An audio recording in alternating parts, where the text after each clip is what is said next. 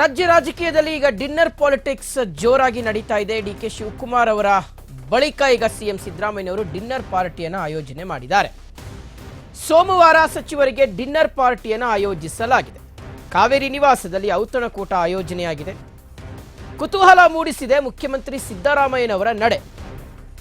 ಅಧಿವೇಶನದ ವೇಳೆ ಕಾಂಗ್ರೆಸ್ ಆಂತರಿಕ ಚಟುವಟಿಕೆ ಚುರುಕಾಗ್ತಾ ಇದೆ. ರಾಜ್ಯ ರಾಜಕೀಯದಲ್ಲಿ ಡಿನ್ನರ್ ಪಾಲಿಟಿಕ್ಸ್ ಮುಂದುವರೆದಿರುವಂಥದ್ದು. ಡಿಕೆ ಶಿವಕುಮಾರ್ ಅವರ ಬಳಿಕ ಸಿಎಂ ಸಿದ್ದರಾಮಯ್ಯನವರು ಡಿನ್ನರ್ ಪಾರ್ಟಿಯನ್ನು ಆಯೋಜನೆ ಮಾಡಿದ್ದಾರೆ. ಸೋಮವಾರ ಸಚಿವರಿಗೆ ಡಿನ್ನರ್ ಪಾರ್ಟಿಯನ್ನು ಕರೆದಿದ್ದಾರೆ. ಕಾವೇರಿ ನಿವಾಸದಲ್ಲಿ ಔತಣಕೂಟವನ್ನು ಆಯೋಜನೆ ಮಾಡಲಾಗಿದೆ. ಕುತೂಹಲ ಮೂಡಿಸಿದೆ ಸಿದ್ದರಾಮಯ್ಯನವರ ನಡೆ. ಅಧಿವೇಶನದ ವೇಳೆ ಕಾಂಗ್ರೆಸ್ ಆಂತರಿಕ ಚಟುವಟಿಕೆಗಳ ಕುರಿತು ಚರ್ಚೆ ನಡೆಯಲಿದೆ. ನೋಡಿ, ಮೊನ್ನೆಯಷ್ಟೇ ಡಿಕೆ ಶಿವಕುಮಾರ್ ಅವರು ಕಾಂಗ್ರೆಸ್ ಪಕ್ಷದ ಶಾಸಕರುಗಳಿಗೆ ಡಿನ್ನರ್ ಪಾರ್ಟಿಯನ್ನು ಆಯೋಜನೆ ಮಾಡಿದ್ರು. ಕಾರಣ ಏನು ಅಂತ ನೋಡ್ತಾ ಹೋದರೆ, ಡಿಕೆ ಶಿವಕುಮಾರ್ ಅವರು ಕೆಪಿಸಿಸಿ ಅಧ್ಯಕ್ಷರಾಗಿ 6 ವರ್ಷ ಪೂರೈಸಿದಂತಹ ಒಂದು ಸುಸಂದರ್ಭ. ಅದರ ಸಂಭ್ರಮವನ್ನು ಹಂಚಿಕೊಳ್ಳೋದಕ್ಕೋಸ್ಕರ ಎಲ್ಲ ಕಾಂಗ್ರೆಸ್ ಪಕ್ಷದ ಶಾಸಕರಿಗೆ ಔತಣಕೂಟವನ್ನು ಆಯೋಜನೆ ಮಾಡಿದ್ರು. ಸ್ವತಃ ಮುಖ್ಯಮಂತ್ರಿ ಸಿದ್ದರಾಮಯ್ಯನವರು ಸಹ ಈ ಒಂದು ಸಭೆಗೆ ಔತಣಕೂಟಕ್ಕೆ ಬಂದಿದ್ರು, ಡಿನ್ನರ್ಗೆ ಬಂದಿದ್ರು, ಊಟ ಮಾಡಿ ಹೋದರು. ಈಗ ಸಿದ್ದರಾಮಯ್ಯನವರ ಸರದಿ. ಡಿ ಕೆ ಶಿವಕುಮಾರ್ ಅವರು ಮಾಡಿದ್ಮೇಲೆ ಸಿದ್ದರಾಮಯ್ಯನವರು ಮಾಡದೇ ಇರ್ತಾರಾ? ಒಬ್ಬರಾದ್ಮೇಲೆ ಒಬ್ಬರು ಮಾಡಲೇಬೇಕು. ಸೊ ಹಾಗಾಗಿ ಈಗ ಸಿದ್ದರಾಮಯ್ಯನವರು ಔತಣಕೂಟವನ್ನು ಕರೆದಿದ್ದಾರೆ. ಕುತೂಹಲ ಮೂಡಿಸ್ತಾ ಇದೆ ಇಬ್ಬರು ನಾಯಕರ ನಡೆ. ಯಾಕಾಗಿ ಬ್ಯಾಕ್ ಟು ಬ್ಯಾಕ್ ಇವರು ಡಿನ್ನರನ್ನು ಆಯೋಜನೆ ಮಾಡಿದ್ದಾರೆ ಅನ್ನುವಂಥದ್ದು ಇರ್ತಕ್ಕಂಥ ದೊಡ್ಡ ಪ್ರಶ್ನೆ. ಕಾರಣವೇ ಇಲ್ಲದೆ ಅಲ್ರಿ, ರಾಜ್ಯದಲ್ಲಿ ಇರ್ತಕ್ಕಂತಹ ಆಡಳಿತ ಯಂತ್ರ ಸಾಕ್ತಾ ಇರ್ತಕ್ಕಂಥ ಪೊರಿಯ ಜನರಿಗೆ ಸಿಕ್ಕಾಪಟ್ಟೆ ಅಸಮಾಧಾನವನ್ನು ತರಿಸಿದೆ. ಒಂದೇ ಒಂದು ಅಭಿವೃದ್ಧಿ ಕೆಲಸ ನಡೀತಾ ಇಲ್ಲ. ಈ ಬಾರಿ ನೀವು ಮಂಡಿಸಿರ್ತಕ್ಕಂಥ ಬಜೆಟ್ ಬಗ್ಗೆ ಉತ್ತಮ ಅಭಿಪ್ರಾಯ ಇಲ್ಲ ಸಾರ್ವಜನಿಕರಲ್ಲಿ.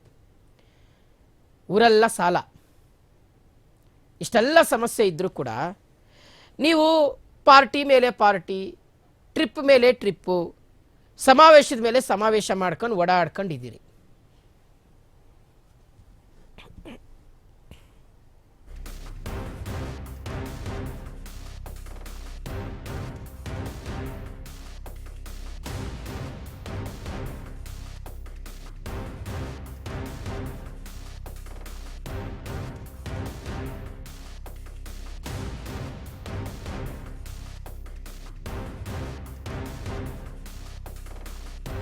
ಓಕೆ, ಇದ್ರ ಬಗ್ಗೆ ಡೀಟೇಲ್ಸ್ ಕೊಡ್ತಾರೆ ನಮ್ಮ ಕರೆಸ್ಪಾಂಡೆಂಟ್ ವಿನೋದ್. ಈಗ ದೂರವಾಣಿ ಸಂಪರ್ಕದಲ್ಲಿ ಜಾಯ್ನ್ ಆಗ್ತಿದ್ದಾರೆ. ವಿನೋದ್, ಆಡಳಿತ ಹೆಂಗ್ ನಡೀತಾ ಇದೆಯೋ ಇಲ್ವೋ ಗೊತ್ತಿಲ್ಲ, ಅಭಿವೃದ್ಧಿ ಏನಾಗ್ತಾ ಇದೆಯೋ ಇಲ್ಲ ರಾಜ್ಯದಲ್ಲಿ ಗೊತ್ತಿಲ್ಲ. ಜನ ಚೀಮಾರಿ ಹಾಕ್ತಾ ಇದ್ದಾರೆ ಈ ಬಾರಿಯ ಬಜೆಟ್ ಅನ್ನು ನೋಡಿ. ಒಂದೇ ಒಂದು ಅಭಿವೃದ್ಧಿ ಹೊಸ ಯೋಜನೆಗಳು ಘೋಷಣೆ ಆಗಿಲ್ಲ, ಒಂದೇ ಒಂದು ಅಭಿವೃದ್ಧಿ ಕಾರ್ಯಗಳು ನಡೀತಾ ಇಲ್ಲ ಅಂತ ಜನ ಮಾತನಾಡ್ಕೊಳ್ತಾ ಇದ್ದಾರೆ. ಇದ್ರ ನಡುವೆ ಇವರು ಡಿನ್ನರ್ ಮೇಲೆ ಡಿನ್ನರ್ ಆಯೋಜನೆ. ಓಕೆ, ಇರ್ಲಿ ಬಿಡಿ, ಡಿ ಕೆ ಶಿವಕುಮಾರ್ ಅವರೇನೋ 6 ವರ್ಷ ಪೂರೈಸಿದ್ರು ಕೆಪಿಸಿಸಿ ಅಧ್ಯಕ್ಷರಾಗಿ, ಅದಕ್ಕೋಸ್ಕರ ಡಿನ್ನರ್ ಕರೆದಿದ್ರು ಅಂತ ಇಟ್ಕೊಳ್ಳೋಣ. ಮುಖ್ಯಮಂತ್ರಿಗಳು ಯಾಕೆ ಡಿನ್ನರ್ ಕರಿಬೇಕು ಅಂತ? ಬರೀ ಇವರು ಡಿನ್ನರು, ಪಾರ್ಟಿ, ಫಾರಿನ್ ಟ್ರಿಪ್ಪು, ಸಮಾವೇಶಗಳು, ಬರೀ ಇದರಲ್ಲೇ ಸಮಯ ಕಳೆದು ಬಿಟ್ರೆ ಹೆಂಗೆ ಅಂತ ವಿನೋದ್. ಶಿವಶಂಕರ್, ನೀವು ಹೇಳ್ದಂಗೆ ರಾಜಕೀಯ ವ್ಯಕ್ತಿಗಳೇನಿದ್ರೆ ಕಾಂಗ್ರೆಸ್ ನಾಯಕರುಗಳು ಇವರ ಆಡಳಿತ ಯಂತ್ರವನ್ನ ಸ್ಟ್ರಾಂಗ್ ಮಾಡೋ ಬದಲು ಮತ್ತೆ ಸ್ವಲ್ಪ ಒಂದು ಡೌನ್ ಮಾಡ್ತಿದ್ರ ಅನ್ನೋ ಪ್ರಶ್ನೆ. ಯಾಕಂದ್ರೆ ನೋಡಿ, ಈಗ ಸಚಿವರುಗಳು, ಶಾಸಕರುಗಳು ತಮ್ಮ ಇಲಾಖೆಯಲ್ಲಿ ಆಕ್ಟಿವ್ ಆಗಿ ಕೆಲಸ ಮಾಡಿದಂತ ಸಂದರ್ಭದಲ್ಲಿ ಮಾತ್ರ ಒಂದು ಆಡಳಿತ ಯಂತ್ರ ಸಂಪೂರ್ಣವಾಗಿ ಸ್ಟ್ರಾಂಗ್ ಇರೋಕ್ ಸಾಧ್ಯ. ಆದ್ರೆ ಸಚಿವರುಗಳೇ, ಶಾಸಕರುಗಳೇ, ಸಿಎಂ, ಡಿಸಿಎಂ ಅವರು ಇವರೆಲ್ಲ ಒಂದು ಡಿನ್ನರು, ಟ್ರಿಪ್ಪು, ಮತ್ತೆ ಬಣ ರಾಜಕೀಯ, ಗುಪ್ತ ಮೀಟಿಂಗ್ ಇದೆಲ್ಲ ಆದ್ರೆ ರಾಜ್ಯ ಅಭಿವೃದ್ಧಿ ಆಗ್ತಿರೋದು ಹೇಗೆ? ಮತ್ತೆ ಆಡಳಿತ ಅಂದ್ರೆ ಎಲ್ಲಿಗೆ ಹೋಗ್ತಿದ್ರು ಒಂದು ಪ್ರಶ್ನೆ. ಈಗ ನೋಡಿ, ಯಾಕಂದ್ರೆ DCM D K Shivakumar dinner ಆಯೋಜನೆ ಮಾಡಿದ್ರು. ಆ ಒಂದು ಸಂದರ್ಭದಲ್ಲಿ ಒಂದು 6 ವರ್ಷ ಪೂರೈಸಿದಕ್ಕೋಸ್ಕರ ಅವರು ಒಂದು ಡಿನ್ನರ್ ಆಯೋಜನೆ ಮಾಡಿ, ಅದಕ್ಕೊಂದು ನ್ಯಾಯ ಇದೆ. ಆದ್ರೆ ಸಿಎಂ ಸಿದ್ದರಾಮಯ್ಯನವರು ಪ್ರಸ್ತುತವಾಗಿ ಯಾಕೆ ಈ ಒಂದು ಡಿನ್ನರ್ ನ ಆಯೋಜನೆ ಮಾಡ್ಬೇಕಿತ್ತು ಅನ್ನೋದು ಒಂದು ಪ್ರಶ್ನೆ. ಯಾಕಂದ್ರೆ ಇಲ್ಲಿ ನೋಡಿ, ವಿಶೇಷವಾಗಿ ಎಲ್ಲ ಸಚಿವರುಗಳಿಗೆ, ಶಾಸಕರುಗಳಿಗೆ ಈ ಒಂದು ಭೋಜನ ಕೂಟವನ್ನು ಆಯೋಜನೆ ಮಾಡಿದ್ರೆ ಆ ಒಂದು ಅರ್ಥನೇ ಬೇರೆ.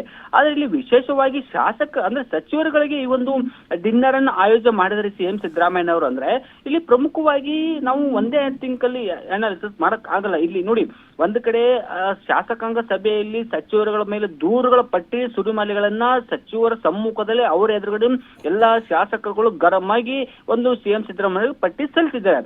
ಅದಾದ ಬಳಿಕ ಈ ಒಂದು ಸಾಕಷ್ಟು ಆರೋಪಗಳು ಕೇಳ ಬಂದ ಬಳಿಕ ಇದೀಗ ಒಂದು ಶಾಸಕರುಗಳಿಗೆ ತರಾಟೆ ತೆಗೆದುಕೊಳ್ಳೋದಕ್ಕೆ ಈ ಒಂದು ಡಿನ್ನರ್ ನ ಮಾಡ್ತಿದ್ದಾರೆ ಅನ್ನುವ ಅಂದ್ರೆ ಮಾತುಗಳು ಕಾಂಗ್ರೆಸ್ ವಲಯದಲ್ಲಿ ಕೇಳ್ಬರ್ತೀವಿ, ಅಂದ್ರೆ ಶಾಸಕರ ವಲಯದಲ್ಲಿ. ಯಾಕಂದ್ರೆ ಈ ಒಂದು ದೂರುಗಳ ಪಟ್ಟಿ ಸಲ್ಲಿಸಿದ ಮೇಲೆ ಒಂದು ಎಲ್ಲ ಸಚಿವರುಗಳು ಇದ್ದಾರೆ ಅಂದ್ರೆ ಅವ್ರಗಳ ಮೇಲೆ ಒಂದು ಒಂದು ಒಂದು ದೂರುಗಳನ್ನ ಸಲ್ಲಿಸಿದ ಬಳಿಕ ಅವ್ರಗಳ ಮೇಲೆ ಹಿಗ್ಗಾಮುಗ್ಗ ತರಾಟೆಗೆ ತೆಗೆದುಕೊಳ್ಳುವ ಸಾಧ್ಯತೆಗಳು ಇದೆ ಎಂದು ಈಗಾಗಲೇ ಒಂದು ಶಾಸಕರು ಅಭಿಪ್ರಾಯ ಹೇಳ್ತಾರೆ.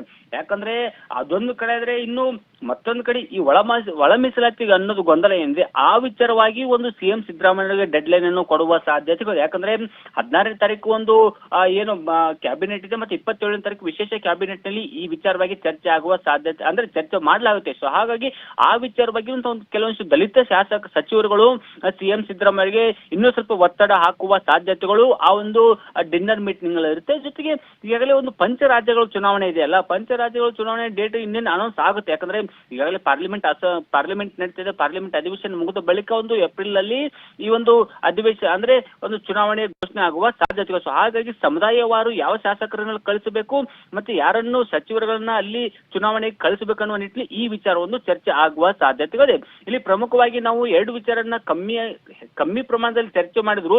ಒಂದು ಸಚಿವರ ದೂರು ವಿಚಾರಕ್ಕೆ ಸಂಬಂಧಪಟ್ಟಂತೆ ಇನ್ನಷ್ಟು ಒಂದು ಮತ್ತು ಸ್ವಲ್ಪ ಸಿಎಂ ಸಿದ್ದರಾಮಯ್ಯ ಅವರು ಸಚಿವರುಗಳನ್ನ ಹಿಗ್ಗಾಮುಗ್ಗ ತರಾಟೆಗೆ ತೆಗೆದುಕೊಳ್ಳುತ್ತಾರೆ ಎನ್ನುವ ಮಾಹಿತಿಗಳು ಇದೀಗ ಲಭ್ಯವಾಗ್ತದೆ. ಸೊ ಆ ಒಂದು ನಿಟ್ಟಿನಲ್ಲಿ ಸಿಎಂ ಸಿದ್ದರಾಮಯ್ಯ ಅವರು ಕ್ಯಾಬಿನೆಟ್ ನಲ್ಲೇ ಇವ್ರನ್ನ ಸಚಿವರನ್ನ ಹಿಗ್ಗಾಮುಗ್ಗ ತರಾಟೆಗೆ ತೆಗೆದುಕೊಳ್ಳಬಹುದಿತ್ತು. ಆದ್ರೆ ಈ ಒಂದು ವಿಶೇಷ ಡಿನ್ನರ್ ಆಯೋಜನೆ ಮಾಡಿ ಅಲ್ಲಿ ಈ ವಿಚಾರ ಚರ್ಚೆ ಮಾಡುವಂತ ಅವಶ್ಯಕತೆ ಏನಿದೆ ಅಂತ ರಾಜ್ಯ ಜನತೆ ಮತ್ತು ವಿಪಕ್ಷಗಳು ಆರೋಪವನ್ನು ಮಾಡ್ತಿದ್ದಾರೆ. ಆದ್ರೆ ವಿಪಕ್ಷಗಳ ಆರೋಪಕ್ಕೆ, ಸಾರ್ವಜನಿಕರ ಆರೋಪಕ್ಕೆ ಒಂದು ರಾಜ್ಯ ಸರ್ಕಾರ ಮನ್ನಣೆ ಕೊಡದೆ ಒಂದು ಸಿಎಂ ಸಿದ್ದರಾಮಯ್ಯ ತಮ್ಮ ಅಧಿಕೃತ ನಿವಾಸದಲ್ಲಿ ಒಂದು ಡಿನ್ನರ್ ಆಯೋಜನೆ ಮಾಡುದು, ಹೀಗಾಗಿ ಒಂದು ತೀವ್ರ ಒಂದು ಕೆಂಗಣಿಗೆ ಗುರಿಯಾಗಿದೆ ಸಿಎಂ ಸಿದ್ದರಾಮಯ್ಯ ಈ ನಡೆ ಅನ್ನೋದು ಇಲ್ಲಿ ಸ್ಪಷ್ಟವಾಗಿ ಗೋಚರ ಆಗ್ತಿದೆ. Shivshankar. Okay Vinod, thank you ತಮ್ಮೆಲ್ಲ ಡೀಟೇಲ್ಸ್ಗಾಗಿ.